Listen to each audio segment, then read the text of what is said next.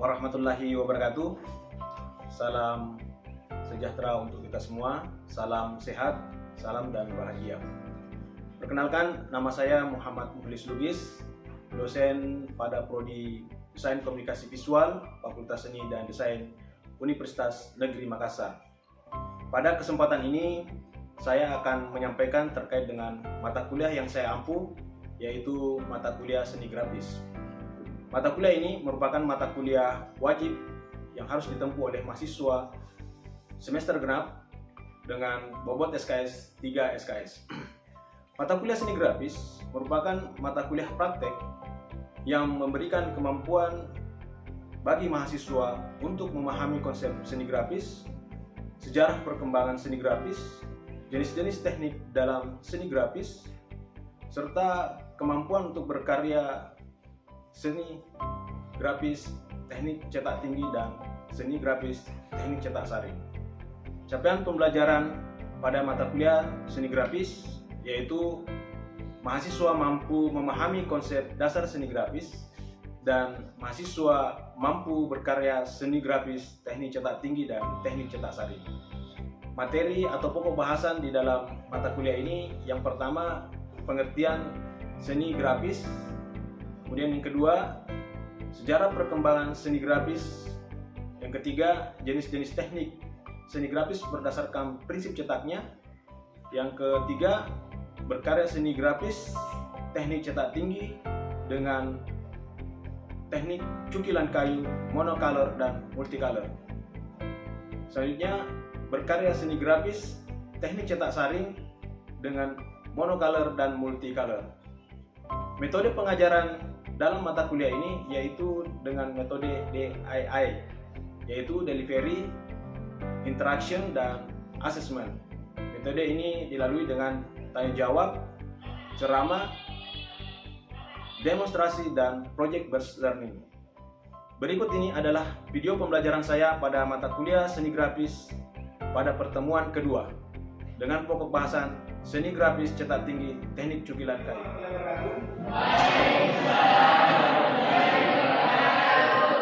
Selamat sore, salam dan bahagia buat kita semua. Ini kita kembali bertemu di mata kuliah seni grafis untuk pertemuan kedua. Benar ya, pertemuan kedua.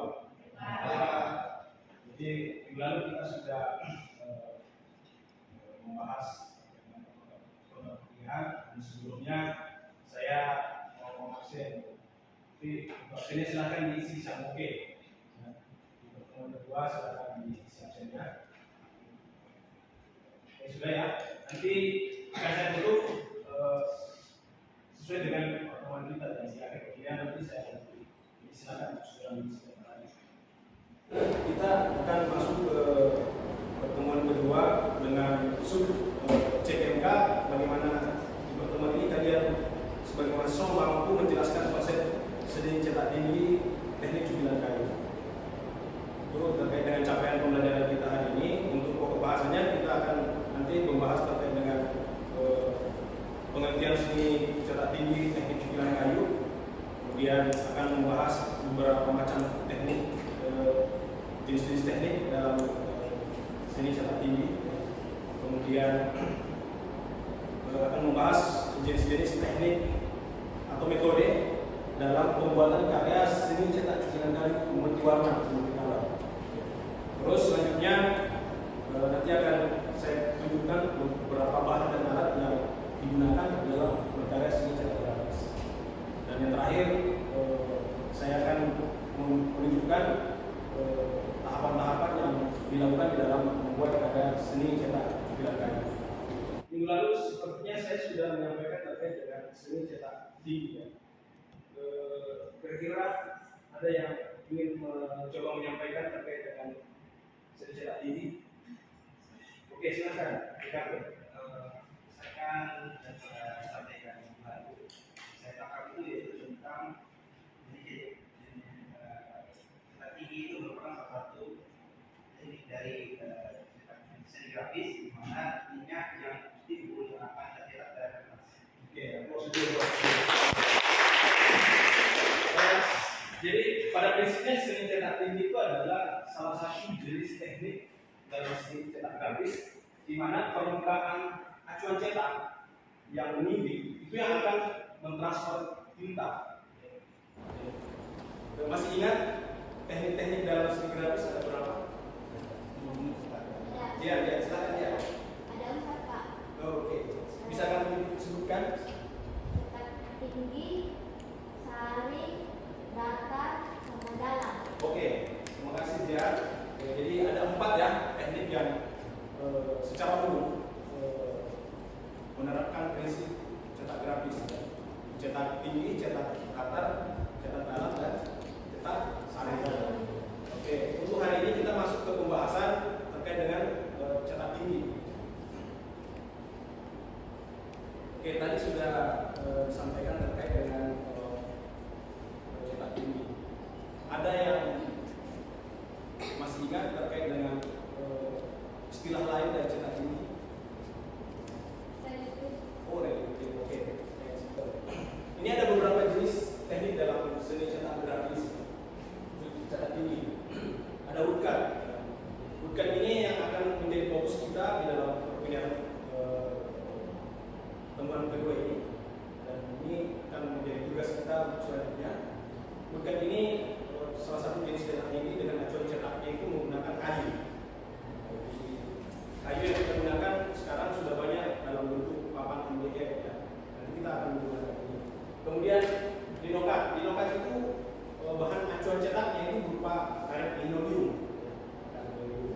Jadi prinsipnya sebenarnya sama, hanya berbeda dari segi material. Kemudian kolagraf. Kalau kolagraf ini prinsip acuan cetaknya dibuat dengan cara menempel. Jadi semua material-material yang punya tekstur itu kemudian kita tempelkan pada plat atau papan dengan tekstur yang kemudian terbentuk dari material itu yang kemudian kita manfaatkan permukaannya yang meninggi ya, kita cetak. Oke, terus strip printing. Strip printing itu kita menggunakan tali atau benang. Kita tempelkan tali atau benang pada permukaan plat, kemudian itu yang kemudian kita manfaatkan permukaan tingginya kita cetak jadi gambar. Untuk cetak tinggi ada banyak jenis teknik. Ya, itu perbedaannya hanya dari segi pengolahan acuan cetak dan jenis. Yang jelasnya cetak tinggi adalah prinsipnya bahwa permukaan yang tinggi atau yang menonjol atau yang bagian atas itu akan tercetak. Itu prinsipnya sebenarnya. Selanjutnya ini terkait dengan pengertian seni cetak cubilan kayu. Jadi dia merupakan salah satu jenis teknik dalam seni cetak tinggi yang menggunakan acuan cetak. Acuan cetak itu papan, ya. Kemudian bisa juga kita sebut master atau fixer yang dijadikan sebagai acuan cetak. Ya. Nah, ini ada beberapa contoh karya seni cetak cubilan kayu dengan monocolor dan satu warna. Di sini juga ada beberapa contoh. Ini ada beberapa contoh karya seni grafis cetak cubilan kayu. Ini bentuknya cuma satu warna. Jadi ini ada beberapa. Ada lagi teknik dalam membuat warna. Jadi ada beberapa teknik sebenarnya dalam membuat karya cubilan kayu berwarna. Yang pertama itu adalah teknik reduksi. Teknik reduksi ini prinsipnya adalah kita mencetak karya cubilan kayu berwarna dengan begitu banyak warna, tapi kita hanya menggunakan satu acuan cetak, satu plat. Kemudian ada lagi selanjutnya yaitu terkait dengan teknik multiplat. Jadi multiplat itu kita menggunakan beberapa plat ya, untuk kemudian menghasilkan karya yang banyak warna, multiwarna. Oke, jadi itu dua metode yang umum digunakan di dalam membuat karya seni grafis cubilan kayu multicolor. Oke. Selanjutnya kita masuk ke pengenalan alat dan bahan untuk berkarya seni cetak cubilan kayu. Pertama yang terkait dengan kertas ya. Jadi media kertas ini sebagai media cetak. Nanti ketika kita membuat tugas, ya, nanti kalian akan mencetak gambarnya atau karyanya itu di media kertas.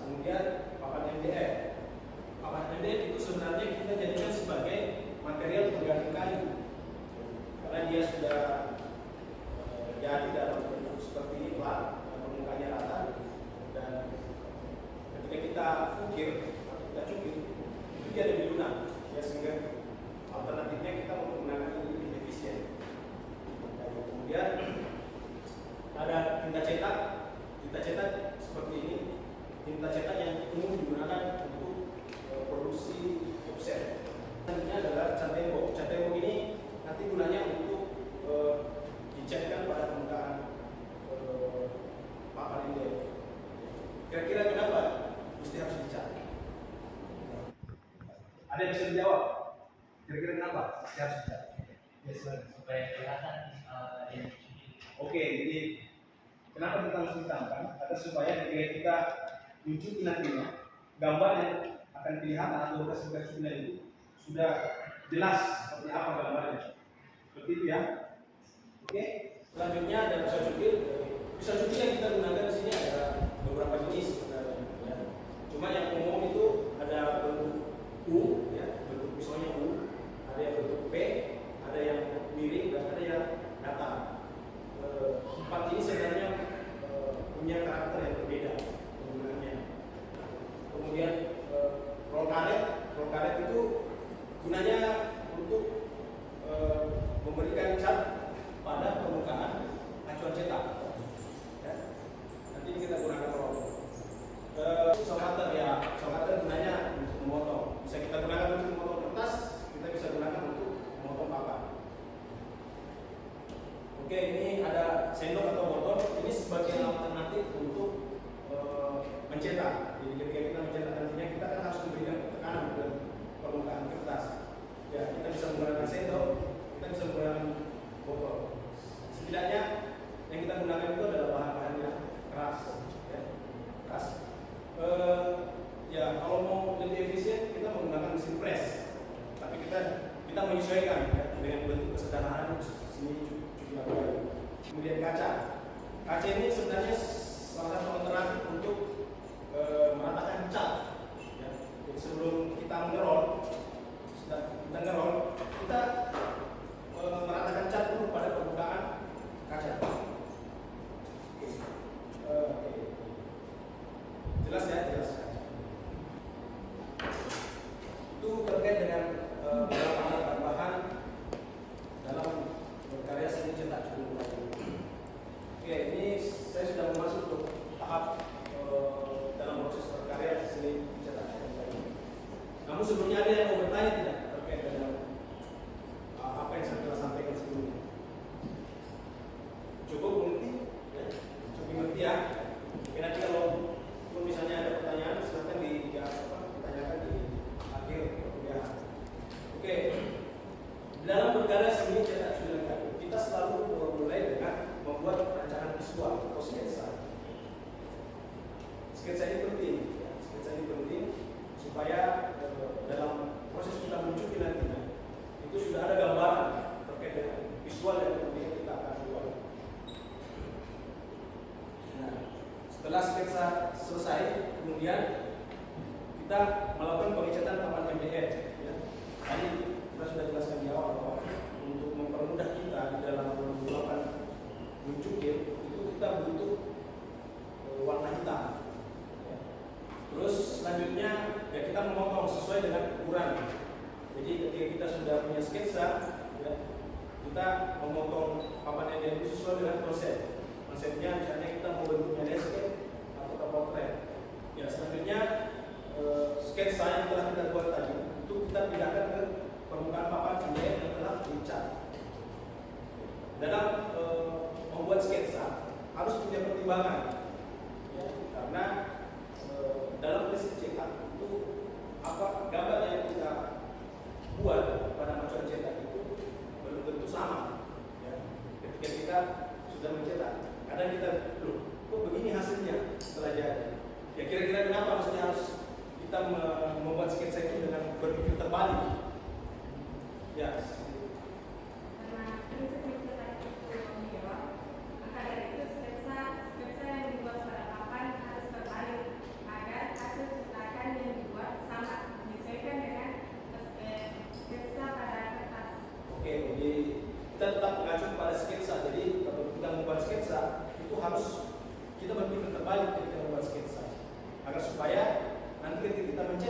gambar yang kita hasilkan sesuai dengan scan.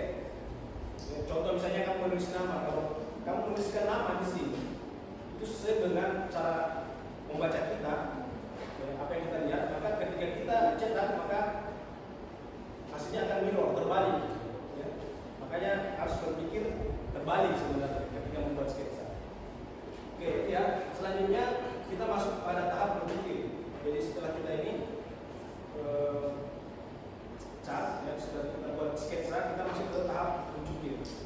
Mencukir, ya kita sebenarnya banyak teknik. Ya. Tapi pada prinsipnya teknik mencukir itu ada dua, ada positif, ada negatif.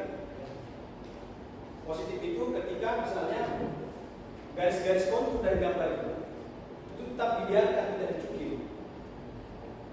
Itu kalau positif. Kalau negatif, garis-garis kontur atau garis-garis bentuk atau garis-garis benda itu dia dicukir. Membuat karya atau mencukir karya itu bisa saja kita menghasilkan visual dengan bentuk yang realistik.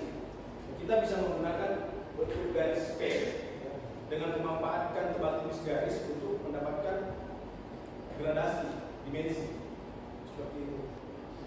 Ya, selanjutnya ini saya coba akan praktekkan secara langsung bagaimana mencetak karya. Ya. Jadi setelah kita cukil berdasarkan gambar yang telah kita sketsa, selanjutnya kita akan masuk ke tahap mencetak. Jadi saya akan mencoba memperhatikan bagaimana caranya kita mencetak acuan cetak yang telah kita buat tadi. Jadi saya akan menggunakan salah satu sampel, bisa menggunakan ini ya.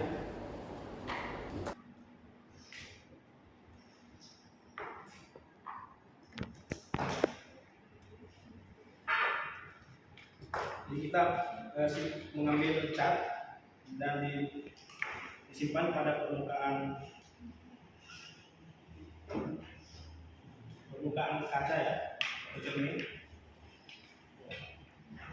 Ini sebenarnya gunanya kita untuk meratakan. Jadi kita meratakan terlebih dahulu dan pada permukaan aktif. Jadi gunanya sebenarnya kita meratakan ini agar supaya hasil pada permukaan acuan cetak juga nanti akan rata.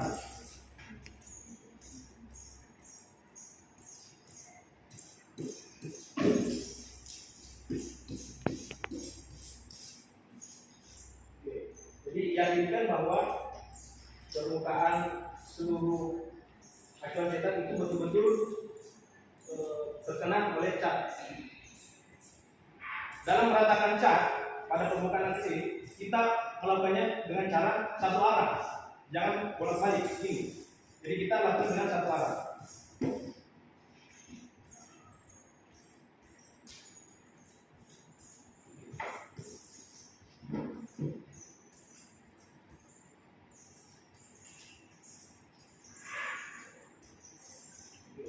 Kalau kita sudah yakin bahwa semua permukaan yang meninggi pada plat itu betul terkena cat dan rata, baru kita masuk ke tahap mencetak. Untuk mencetak, kita sebaiknya menggunakan media untuk mempresisikan gambar pada kertas. Biasanya kita menggunakan Kento, tapi untuk hari ini kita hanya menggunakan kertas, dua kertas. Ya. Jadi kertas yang satu ini sebagai alat untuk kemudian mempresisikan acuan cetak. Jadi kita letakkan kertas yang pertama itu pada bagian bawah, kemudian kita atur plat cetak pada permukaan kertas, di atas kertas. Yakinkan posisinya tidak miring. Yakinkan posisinya. Nah, kertas yang kedua kita letakkan pada permukaan ini seperti dengan kita menumpuk pada kertas yang bagian bawah. Ya, oke. Nah, selanjutnya kita masuk ke tahap mencetak dengan menggosok. Ya. Ketika kita menggosok, kita jangan langsung memberikan tekanan yang kuat, tapi kita berikan tekanan agar supaya seluruh permukaan cat melekat pada badan kertas. Jadi jangan langsung ditekan, karena itu akan berisiko dia nanti akan bergerak, ya. Sehingga ya hasil karyanya tidak maksimal. Ketika sudah kita yakin bahwa seluruh permukaan sudah mendapatkan tekanan, baru kita tambah tekanannya.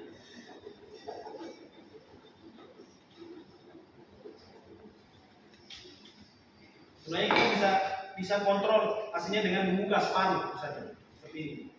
Kita bisa buka, ya. Kita bisa buka hasilnya. Kalau misalnya kita yang masih memerlukan tekanan lagi, kita bisa menggosok kembali.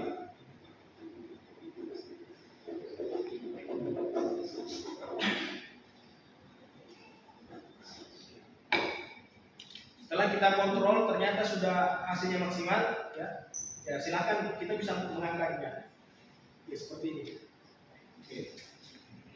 Oke, tangan dulu. Inilah cara kita dalam memproduksi karya cukiran kayu. Nah, yang terakhir setelah karya kita selesai, kita masuk kepada finishing atau penyelesaian akhir. Dalam penyelesaian akhir karya seni grafis itu identik dengan penulisan judul.